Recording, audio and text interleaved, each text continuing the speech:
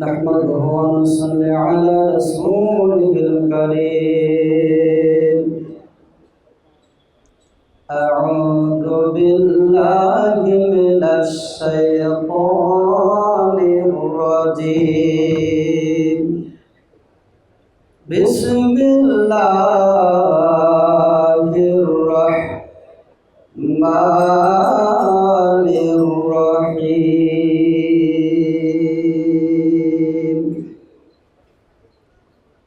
قل لا أسألكم عليه أجرا إلا المودة في القربى، ومن يقترف حسنة نزد له فيها حسنا إن الله غفور شكور. قال الله تعالى في شان حبيبه ومحبوبه محمد رسول الله صلى الله عليه وسلم. بسم الله الرحمن الرحيم. إن الله وملائكته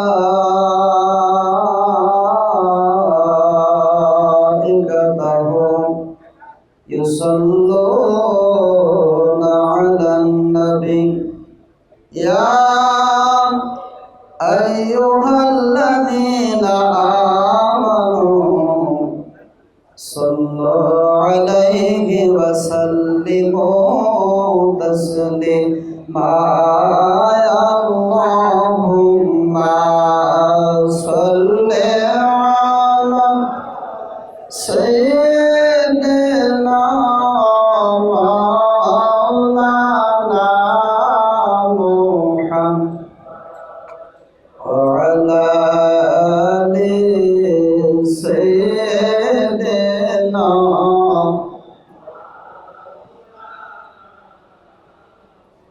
কোথায় রইলেন প্রাণের মুর্শিদ, আমাদেরকে সারিয়া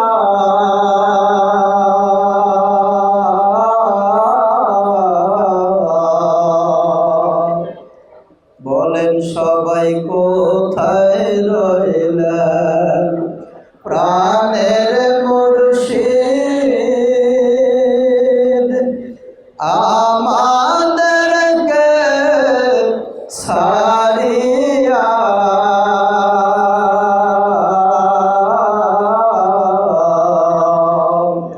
কে লাভ হবে আপনি সারা এই মাহফিলে বসিয়া। আল্লাহুম্মা সাল্লি সাইয়্যিদিনা মাওলানা মুহাম্মদ ওয়া আলা সাইয়্যিদিনা মাওলানা بلغ العلا بكماله كشف الدجى بجماله حسنت جميع خصاله صلوا عليه وآله سلموا يا قوم صلوا على سيدنا من مصطفى ما جاء إلا رحمة للعالمين. আলহামদুলিল্লাহ, উপস্থিত সারা বাংলা থেকে সম্মানিত উলামায়ে কেরাম, সম্মানিত আশিক রাসূল ভাইরা, অত্র এলাকার সম্মানিত মুসলিম কেরাম, মুরব্বী কেরাম, অনলাইন প্ল্যাটফর্মের মাধ্যমে বাংলা এবং বাংলার বাহির থেকে, দেশ এবং বিদেশ থেকে যে সমস্ত আশিক রাসূল ভাই ও বোনেরা আমাকে শুনছেন, সকলের প্রতি দেওয়ানবাগ শরীফের পক্ষ থেকে জানাই মোবারকবাদ ও সালাম। আসসালামু আলাইকুম ওয়া রাহমাতুল্লাহি ওয়া বারাকাতুহু। আল্লাহ রাব্বুল আলামিন দয়া করে তার অভিষেক অনুষ্ঠানের দিনে আল্লাহর মহান বন্ধু বাবা দেওয়ানবাগের সাথে আল্লাহর অভিষেক অনুষ্ঠানে অংশগ্রহণ করার তৌফিক দান করেছেন। শুকর গুজার করি আলহামদুলিল্লাহ।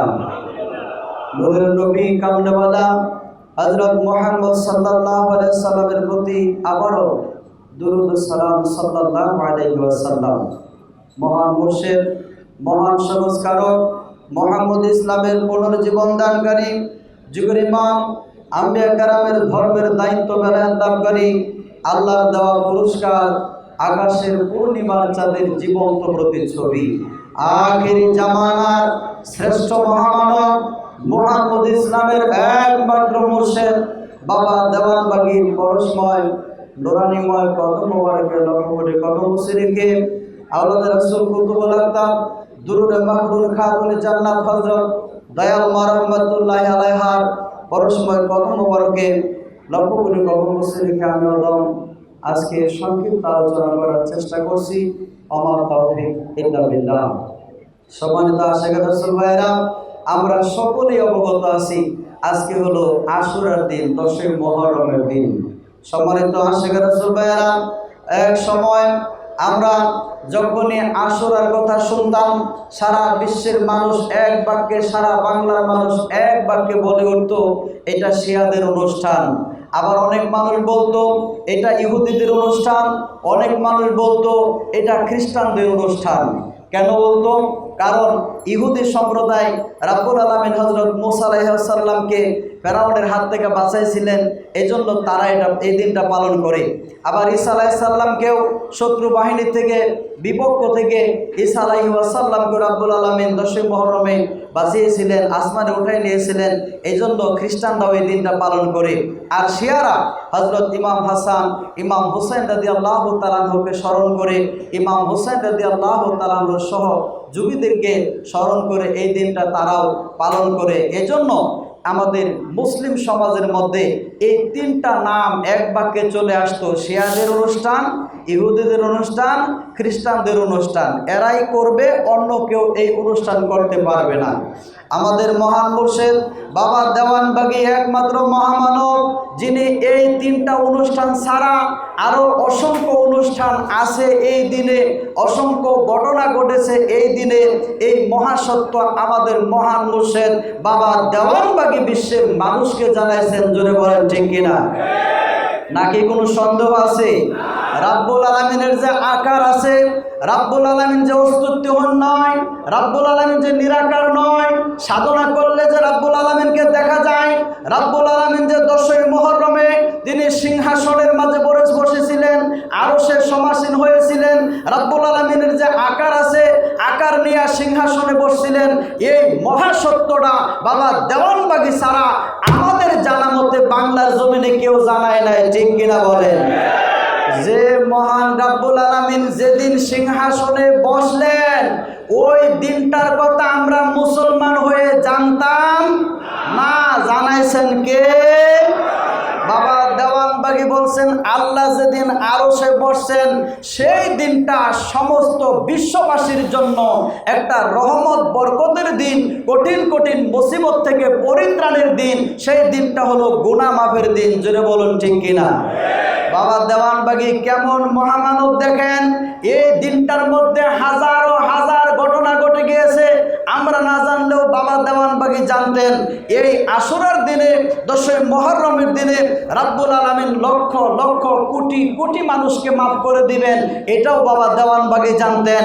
সেই জন্য এই দেওয়ানবাগ শরীফ তিনি প্রতিষ্ঠা করলেন। তিনি 1406 হিজরির 10 মুহররমে এই দেওয়ানবাগ শরীফ প্রতিষ্ঠা করলেন। আলহামদুলিল্লাহ বলেন।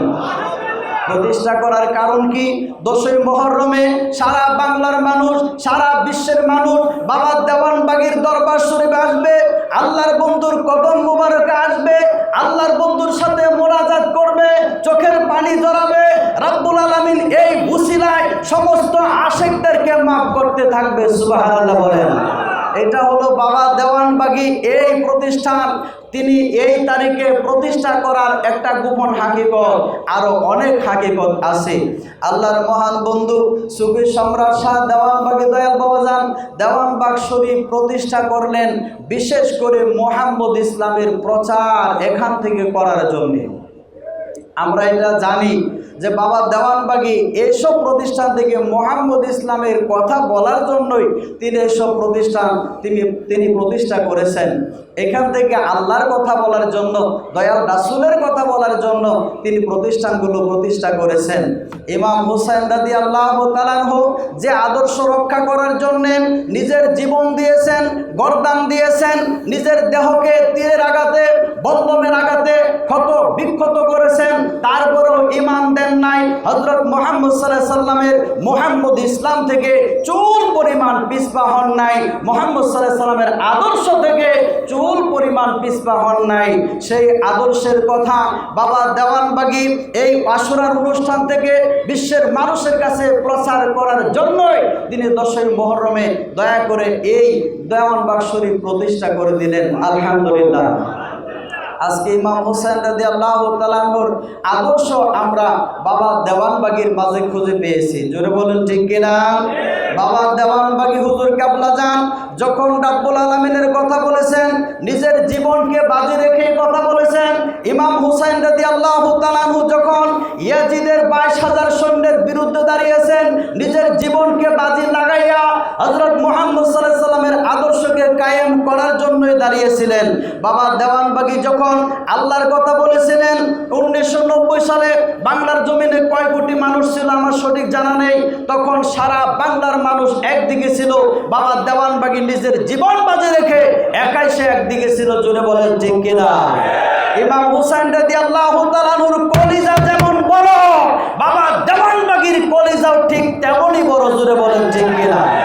ইমাম হুসাইন রাদিয়াল্লাহু তাআলা আনহুর যেমন সাহস, বাবা দেওয়ানবাগীর ঠিক সেরকম সাহস। ঠিক কিনা বলেন? ইমাম হুসাইন রাদিয়াল্লাহু তাআলা আনহু যে আদর্শ ধারণ করে মাঠে নেমেছিলেন, সেই আদর্শ ধারণ করে বাবা দেওয়ানবাগী ইমাম হুসাইন রাদিয়াল্লাহু তাআলা আনহুর পরে 1345 বছর পরে, অর্থাৎ চন্দ্র বছর পরে, 1345 বছর পরে সোনার বাংলায় এসে সেই সাহস নিয়া, সেই আদর্শ নিয়া আল্লাহর কথা বলেছেন, দয়াল রাসূলের কথা বলেছেন, তিনি মুহাম্মদ ইসলামের কথা বলেছেন। ঠিক কিনা বলুন? সেই মুহাম্মদ ইসলাম আমরা কি রেখে দেব, ধরে রাখবো না ছেড়ে দেব? ইমাম হুসাইন রাদিয়াল্লাহু তাআলা আনহুর আদর্শকে ধরে রাখবো না ছেড়ে দেব? রব্বুল আলামিন নিজে হযরত রাসূল পাক সাল্লাল্লাহু আলাইহি সাল্লামকে শিখিয়ে দিলেন, হাবিব কুল লা আসআলুকুম আলাইহি আজরান আলাইহি ইল্লাল মাওয়াদ্দাতা ফিল কুরবা। হাবিব, আপনি বিশ্বের মানুষকে বলে দেন, আমি যে নবুয়তের দায়িত্ব পালন করলাম, আমি যে দাওয়াতের কাজ করলাম, এই দাওয়াতের কাজের বিনিময়ে তোমাদের কাছে আমার কোনো কিছুই চাওয়ার নাই। শুধু একটা জিনিস আমি মুহাম্মদ সাল্লাল্লাহু আলাইহি সাল্লাম তোমাদের কাছে চাই, সেটা হলো তোমরা আহলে বায়াতকে ভালোবাসবা। কাকে ভালোবাসবা? তোমরা আহলে বায়াতকে শুধু ভালোবাসো যারা হযরত রাসূল পাক সাল্লাল্লাহু আলাইহি সাল্লামের এই কথা মানে, তারা সবাই আহলে বায়াতকে ভালোবাসে কি বাসে না? আমরা ভালোবাসি কি বাসি না? রাসূল পাক সাল্লাল্লাহু আলাইহি সাল্লাম আহলে বায়াতকে ভালোবাসার কথা বলছেন, আল্লাহ নিজেও আহলে বায়াতকে ভালোবাসার কথা বলছেন। তাহলে যারা ভালোবাসে তারা হলো ইমাম হুসাইন রাদিয়াল্লাহু তাআলা আনহুর দলে, আর যারা ভালো না বাসে তারা হলো ইয়াজিদের দলে। কোনো সন্দেহ আছে? ভালোবাসতে বলছে আল্লাহ, আল্লাহর রাসূল, তারপরেও যারা তাদের গর্দান কাটছে তারা কি কোনো মুসলমান? নামে মুসলমান, কিন্তু তারা ছিল বন্ড মুসলমান, মুনাফিক মুসলমান। ঠিক কিনা বলেন? এরকম ভাবে তরিকার মধ্যেও যুগে যুগে নামে তরিকাপন্থী আছে, বন্ড মুনাফিক তরিকাপন্থী আছে, আবার কামে হক পথে মুনাফিক সারা আশেক, সত্যিকারের আশেক তরিকাপন্থী আছে। আছে না নাই? সত্যিকারের আশেক যারা, সত্যিকারের প্রেমিক যারা, সত্যিকার অর্থে তরিকাপন্থী যারা, তাদের কাছে নিজের জীবনের চাইতে মুর্শেদ কেবলাজানের দাম বেশি, ঠিক কিনা বলেন? নাকি কম? নিজের জীবন, আপনার সামনে মুর্শেদ বাবা দেওয়ানবাগিকে কেউ যদি আঘাত করতে আসে, আপনি কি দৌড় দিবেন না সামনে গিয়ে দাঁড়াইবেন? সামনে গিয়া দাঁড়ানো এটা হলো ইমানদারের কাজ, আর দৌড় দেওয়া হলো মুনাফিকের কাজ, ঠিক কিনা বলেন? মুর্শেদ বাবা দেওয়ানবাগি হুজুর কেবলাজান সর্বপ্রথম তিনি দেওয়ানবাগ শরীফ প্রতিষ্ঠা করবেন। দেওয়ানবাগ শরীফ প্রতিষ্ঠা করার জন্য তিনি জায়গা নির্ধারণের জন্য পেরেশান। জায়গা কোথায় পাবে? আশিকে রাসূলরা দলে দলে আসতেছে, জায়গা দেওয়ার জায়গা নাই। আশিকে রাসূল মরহুম শফিউদ্দিন সাহেবের রতন মেটাল ভবনের ছাদের উপরে সর্বপ্রথম দয়াল বাবাজান উরুস শরীফ করছেন 1985 সালে। আমার সিনিয়র জাকের ভাই, আপনারা সবাই এগুলো জানেন। 29শে মার্চ ছিল সেই তারিখ, রোজ শুক্রবার। ওখান থেকে শুরু হলো মোহাম্মদ ইসলামের প্রচারণা, শুভ প্রচারণার কাজ শুরু করলেন। এরপরে বাবা দেওয়ানবাগি হুজুর কেবলাজান মোহাম্মদ ইসলাম প্রচারের জন্য একটা জায়গার দরকার, একটা প্রতিষ্ঠানের দরকার। জায়গা দেখার জন্য তিনি আশিকে রাসূলদেরকে বললেন। আশিকে রাসূলরা জায়গা দেখে বিভিন্ন জায়গার প্রস্তাব দেয়। ব্রাহ্মণবাড়িয়ায় দরবার করার প্রস্তাব দেয়, রংপুর দরবার শরীফ করার প্রস্তাব দেয়, আবার কেউ বা ফরিদপুর করার প্রস্তাব দেয়, কেউ চুয়াডাঙ্গার প্রস্তাব দেয়। বাবা দেওয়ানবাগি বললেন ঢাকার আশেপাশে হইলে ভালো হয়। এরপরে দেওয়ানবাগ গ্রামে 10 কাঠা জায়গা কিনে সর্বপ্রথম বাবা দেওয়ানবাগি 1985 সনের 25শে সেপ্টেম্বর তিনি সর্বপ্রথম এই দরবার শরীফ প্রতিষ্ঠা করলেন, চালু করলেন। আলহামদুলিল্লাহ। আমাদের মহান মুর্শেদ বাবা দেওয়ানবাগি সেখান থেকে মোহাম্মদ ইসলামের প্রসার শুরু করলেন। এরপর একের পর এক বাবা দেওয়ানবাগি মোহাম্মদ ইসলামের প্রসারের জন্য তিনি দরবার শরীফ প্রতিষ্ঠা করতে লাগলেন। বাংলার বিভিন্ন জায়গায় তিনি একের পর এক দরবার শরীফ প্রতিষ্ঠা করলেন। বাবে জান্নাত দেওয়ানবাগ শরীফে তিনি যেমন বাবে জান্নাত দেওয়ানবাগ শরীফ প্রতিষ্ঠা করলেন, ঠিক আবার তিনি এটা 1985 সালে প্রতিষ্ঠা করলেন। 1987 সালে এই বাবে মদিনা দেওয়ানবাগ শরীফ প্রতিষ্ঠা করলেন। কেন? হক কথা বলার জন্য, সংস্কারমূলক কার্যক্রম তুলে ধরার জন্য, আল্লাহর আকার প্রমাণ করে বিশ্ববাসীকে জানানোর জন্য, দয়াল রাসূল সাল্লাল্লাহু আলাইহি ওয়াসাল্লামের শান মান জানানোর জন্য, মুহাম্মদ ইসলামের রূপরেখা প্রকাশ করার জন্য। এরপরে বাবা দেওয়ানবাগি 1992 সালে আরামবাগ বাবে রহমত দেওয়ানবাগ শরীফ প্রতিষ্ঠা করলেন। 1995 সালে রংপুর বাবে নাজাত দেওয়ানবাগ শরীফ প্রতিষ্ঠা করলেন। 1998 সালে ময়মনসিংহের বাবে বরকত দেওয়ানবাগ শরীফ প্রতিষ্ঠা করলেন। 2006 সালে বাবা দেওয়ানবাগি চুয়াডাঙ্গায় বাবে নেয়ামত দেওয়ানবাগ শরীফ প্রতিষ্ঠা করলেন। 2008 সালে বাবা দেওয়ানবাগি ব্রাহ্মণবাড়িয়া বাবে মুর্শেদ দেওয়ানবাগ শরীফ প্রতিষ্ঠা করলেন। 2009 সালে মগবাজারে বাবে ফেরদৌস দেওয়ানবাগ শরীফ প্রতিষ্ঠা করলেন। 10 সালে বাবা দেওয়ানবাগি চট্টগ্রামে বাবে মাগফিরাত দেওয়ানবাগ শরীফ। এরপরে 10 সালে বাবা দেওয়ানবাগি গাজীপুরে বাবে জান্নাতুল মাওয়া।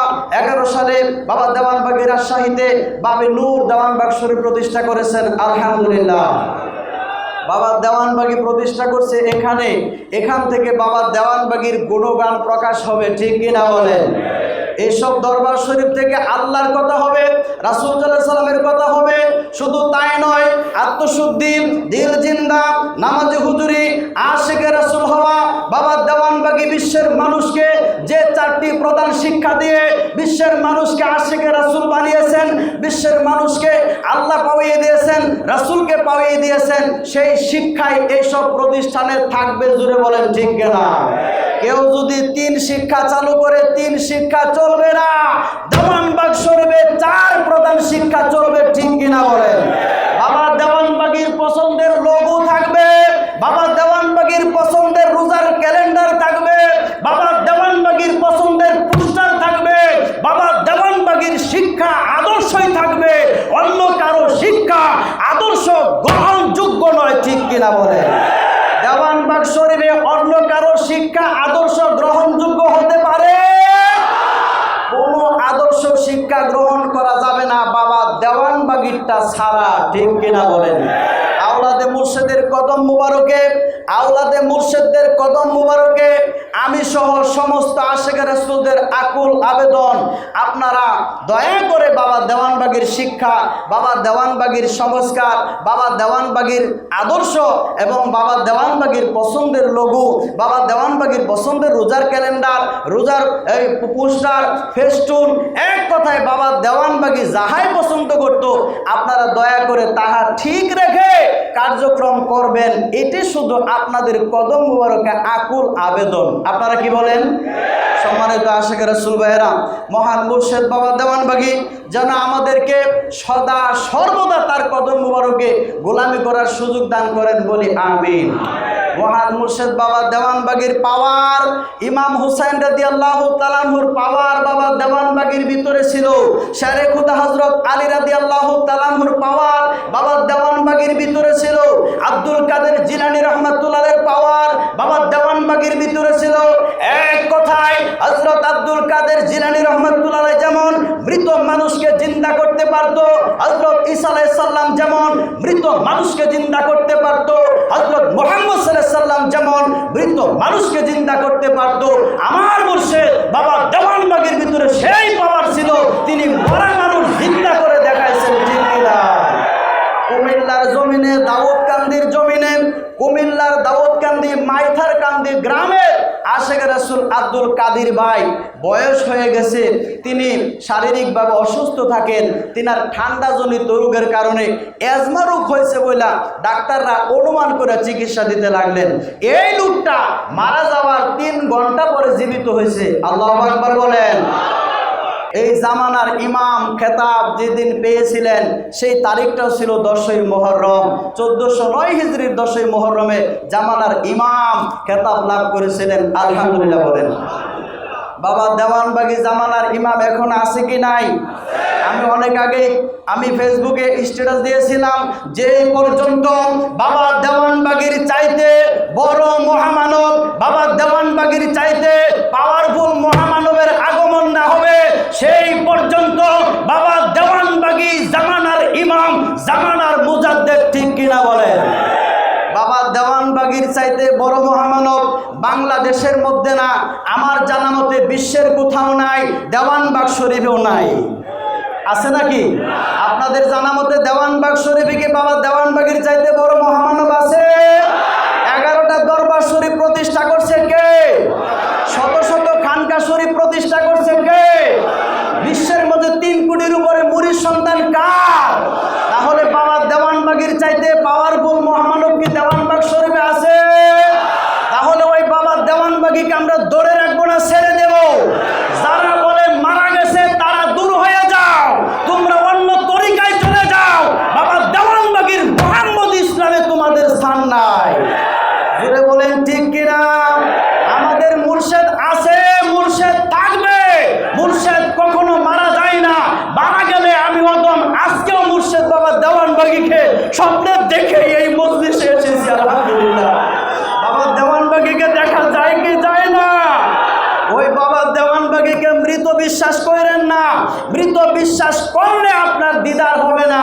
আর যদি জিন্দা বিশ্বাস করেন, আল্লাহর কসম আপনার কাছে মুর্শিদ বাবা দেওয়ানবাগী এখনো যাবে, কবরেও যাবে, হাসর মিজান ফুলসিরাতেও যাবে, ঠিক কিনা বলেন? আশিক রাসূল আব্দুল কাদের সাহেব তিনি অসুস্থ, ডাক্তাররা অনুমান করে চিকিৎসা দিল ঠান্ডাজনিত কারণে অ্যাজমা রোগ হয়েছে। এরপরে তার ছেলে আশিক রাসূল জনাব হারুন ভাই তিনি ঢাকা বঙ্গবন্ধু মেডিকেল হাসপাতালে আনলেন। আনার পরে এখানে পরীক্ষা করে বলল তার লিভারে ক্যান্সার হয়েছে। লিভারে কি হয়েছে? বলছে যে আপনারা ক্যান্সার হাসপাতালে নিয়ে যান। ক্যান্সার হাসপাতালে নিয়ে যাবে। 2006 সালের ঘটনা, 22 মার্চ তিনি ক্যান্সার হাসপাতালে নিয়ে গেলেন। ওখানে পরীক্ষা নিরীক্ষা করে বলল আগামীকাল 23 মার্চ রিপোর্ট দেওয়া হবে। আশিক রাসূল হারুন ভাই তিনি চিন্তা করলেন 23 মার্চ বাবে মদিনা দেওয়ানবাগ শরীফে গরিপুরের এলাকার লোকদের গোলামি আছে। তখন আমরা দলে দলে গোলামি করতে আসতাম না? জোরে বলেন আসতাম কি না? এখনো গোলামি দরকার আছে কি নাই? গোলামি দরকার আছে কি নাই? আরে বাবে মদিনা দেওয়ানবাগ শরীফ আইসা আপনি উটের পায়খানা পরিষ্কার করেন, এটাও গোলামি। বাবা দেওয়ানবাগীর রওজা শরীফ মুছে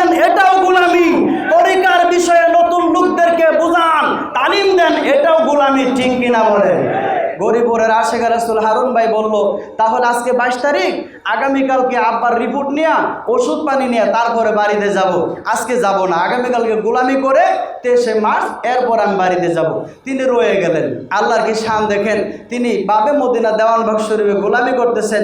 গোলামি করতে করতে দুপুর 1টার সময় তার স্ত্রী ফোন দিল, শ্বশুর আব্বা মারা গেছে, আপনি তাড়াতাড়ি বাড়িতে আসেন। কিছুক্ষণ পরে ভাই ফোন দিল, আব্বা মারা গেছে, রিপোর্টের দরকার নাই, ওষুধের দরকার নাই, ভাই তুমি তাড়াতাড়ি বাড়িতে আসো। ছেলে মেসেজ পাঠাইলেন, আব্বা দাদু তো মারা গেছে, তুমি তাড়াতাড়ি বাড়িতে চলে আসো। আশেখা রাসূল হারুন ভাই বলেন, আমার কান্না এসে গেল। আমি বাবা দেওয়ানবাগীর কদম মোবারকে দৌড়িয়ে গেলাম, গিয়ে বললাম, বাবা যান, আমার আব্বা বলে ইন্তেকাল করছে, আমি এখন কি করব, আপনি দয়া করে আমাকে বলেন। বাবা দেওয়ানবাগী তার চোখের পানি দেখে, বাবা দেওয়ানবাগী ছিলেন দয়ার সাগর, রব্বুল আলামিন যেমন রহমান রহিম, রাসূল পাক সাল্লাল্লাহু আলাইহি সাল্লাম সেই গুণ ধারণ করে দয়াল রাসূলও ছিল রহমান রহিম। আমার মুর্শিদ বাবা দেওয়ানবাগী আল্লাহ রাসূলের সেই গুণ ধারণ করে তিনিও ছিলেন রহমান রহিম। জুড়ে বলেন ঠিক কিনা? বাবা দেওয়ানবাগী বলছেন, 7 আসমান যদি ভেঙে আমার মাথায় পড়ে, আমি দেওয়ানবাগী নীরবে সহ্য করি। আমার কোনো আশেক যদি মুসিবতে পড়ে বাবা বাবা বলে চোখের পানি ছেড়ে দেয়, আমি দেওয়ানবাগী সইতে পারি না, ঠিক কিনা বলেন? ওই মুর্শিদকে আমরা ছেড়ে দেব না, ধরে রাখবো। আমাদের জীবনে আর অন্য কোনো মুর্শিদের দরকার নাই, অন্য কোনো তরিকার দরকার নাই। সর্বশ্রেষ্ঠ ধর্ম মুহাম্মদ ইসলাম পেয়েছি, সর্বশ্রেষ্ঠ মুর্শিদ বাবা দেওয়ানবাগীকে পেয়েছি। আমাদের জন্য এর চাইতে বেশি কিছুর প্রয়োজন নাই, ঠিক কিনা বলেন? আপনার মহান বন্ধু সুফি সম্রাট শাহ দেওয়ানবাগী দয়াল বাবা যান, তিনি বললেন না যে যান আপনার আব্বারে জীবিত করে দিলাম, বাড়িতে যান, এ কথা বলেন নাই। বললো, আরে মিয়া ধৈর্য ধরেন, বাড়ির দিকে দেখেন তো কি হয়েছে। দেখেন আশেকরে নিয়া আল্লাহর বন্ধুরা কেমন খেলা করে, সুবহানাল্লাহ বলেন। বলেন যান, আপনি যান, বাড়িতে যান, গিয়া দেখেন তো কি হয়েছে। যায়া দেখে তার আব্বারে খাট থেকে নামায়া ফ্লোরের মধ্যে শোয়া সাদা একটা চাদর দিয়া ডাইকা রাখছে। ডাইকা মা ভাই বোন সবাই তারা চিল্লাচিল্লি করে কান্দাছে। প্রতিবেশী পেশেরা আসছে, আত্মীয় স্বজনরা আসছে, মাদ্রাসার থেকে হুজুর ছাত্র আইনা কোরআন পড়াইতেছে। কি পড়াইতেছে? তার মানে কি হয়েছে? মারা গেছে। কি হয়েছে? মারা গেছে। এই দৃশ্য দেখা উনি বলতেছেন, হ্যাঁ হ্যাঁ বাবা জান আমাকে বললো, গিয়া দেখেন কি হয়েছে। আমার তো দেখা শেষ। কি যে হয়েছে আমার দেখা শেষ, তার মানে আমার আব্বা মারা গেছে, কোনো সন্দেহ নাই। তিনি মনের জোরে বলতেছেন, মন থেকে জোরে এসকের জোরে বলতেছেন, না আমার মুর্শিদ বলছে বাড়িতে গিয়া দেখেন কি হয়েছে। আমার বিশ্বাস হয় না আমার আব্বা মারা গেছে। মারা গেলেও আল্লাহর বন্ধু যখন বলছে কি হয়েছে, এই আব্বা জীবিত হয়ে গেছে, এটাই আমার বিশ্বাস। চাদর সরাইছেন, সরাইয়া দেখেন চোখের পাতি নড়তেছে, শ্বাস প্রশ্বাস চলতেছে। জোরে বলেন সুবহানাল্লাহ। 3 ঘন্টা আগে যে লোকটা মারা গেছে, প্রতিবেশীরা আসছে, আত্মীয় স্বজন আসছে, কোরআন তেলাওয়াত করতেছে। বাবা দেওয়ানবাগী দেখেন 3 ঘন্টা পরে তাকে পুনরায় জীবিত করে দিলেন। আল্লাহু আকবার বলেন। যার সিনার মধ্যে রাব্বুল আলামিন বসা থাকেন, যে মহামানবের সিনার মধ্যে আল্লাহ বসা থাকেন, সিরাজাম মুনিরা থাকেন, ওই মহামানবকে স্মরণ করার সাথে সাথে সকল মুসিবত দূরীভূত হয়ে যায়, মৃত জিন্দা হয়ে যায়, ঠিক কিনা বলেন? ওই মহামানব সুফি সম্রাট বাবা দেওয়ানবাগীর কথা বলতেছে। আরে আমার মুর্শিদ তো এই কথা বলে না যে মারা গেছে। আমার যদি মারাও যায় তাই তোমরা বলতেছো মরা, আমি বিশ্বাস করি না, আমার আব্বা জিন্দা। সত্যি সত্যি তিনি দেখলেন যে চোখের পাতিরও পাতা নড়তেছে, ঠোঁট এই শ্বাস প্রশ্বাস চলতেছে। এরপরে তিনি গরিপুর থেকে গ্যাসের অক্সিজেন সিলিন্ডার এনে মুখে লাগাইয়া গোসল করতে গেছেন। গোসল করতে যাইতে না যাইতেই তার স্ত্রী গিয়ে বলতেছে, আপনি তাড়াতাড়ি বাড়িতে আসেন। যে কি হয়েছে? আব্বা তো শোয়ার থেকে উইটা বসছে। আল্লাহু আকবার বলুন। আব্বা উইটা বসছে। কি বলো? আব্বা মারা গেছে, তোমরা সবাই বললে তখন আব্বা মারা গেছে মারা গেছে, আমার ঢাকার থেকে আনলা, এখন শোয়ার থেকে মরা মানুষ উইটা বসছে। হ্যাঁ তাড়াতাড়ি আসেন। বলতেছে, আব্বা আপনার কেমন লাগে? কয় বাবা আমার শরীরটা খুব দুর্বল। কয় ভাত খাবেন? কয় হ ভাত খাবো। কাসকি মাছের তরকারি দিয়া এই মরা মানুষ জিন্দা হইয়া বাবা দেওয়ানবাগীর দয়ায়, জুড়ে বলেন কার দয়ায়? বাবা দেওয়ানবাগীর দয়ায়। কাসকি মাছের তরকারি দিয়া মরা মানুষ 3 ঘন্টা পর জীবিত হইয়া খাবার খাইছে। জোরে বলুন আল্লাহু আকবার। ওই মহামানব সুফি সম্রাট বাবা দেওয়ানবাগীর পাওয়ার কি এখনো আছে না গেছে? জোরে বলুন আছে না গেছে? রওজা শরীফে গেলে স্বর্গীয় শান্তিতে এখনো মনটা ভরে যায়। আজকে সম্মেলনে আসছি, শান্তি লাগতেছে না অশান্তি? এটাই বাস্তব প্রমাণ বাবা দেওয়ানবাগী যে আছে সেটার বাস্তব প্রমাণ আপনার হৃদয় সাক্ষী দেবে, ঠিক কিনা বলে? আসুন আমরা ওই মহান মুর্শিদ বাবা দেওয়ানবাগীর কদম মোবারকে থেকে যেন আমরা সবাই মুহাম্মদ ইসলামের গোলামি করতে করতে জীবনটা আল্লাহর রাস্তায় উৎসর্গ করতে পারি। আল্লাহ দয়া করে সকলকে সেই তৌফিক দান করুন, আমিন।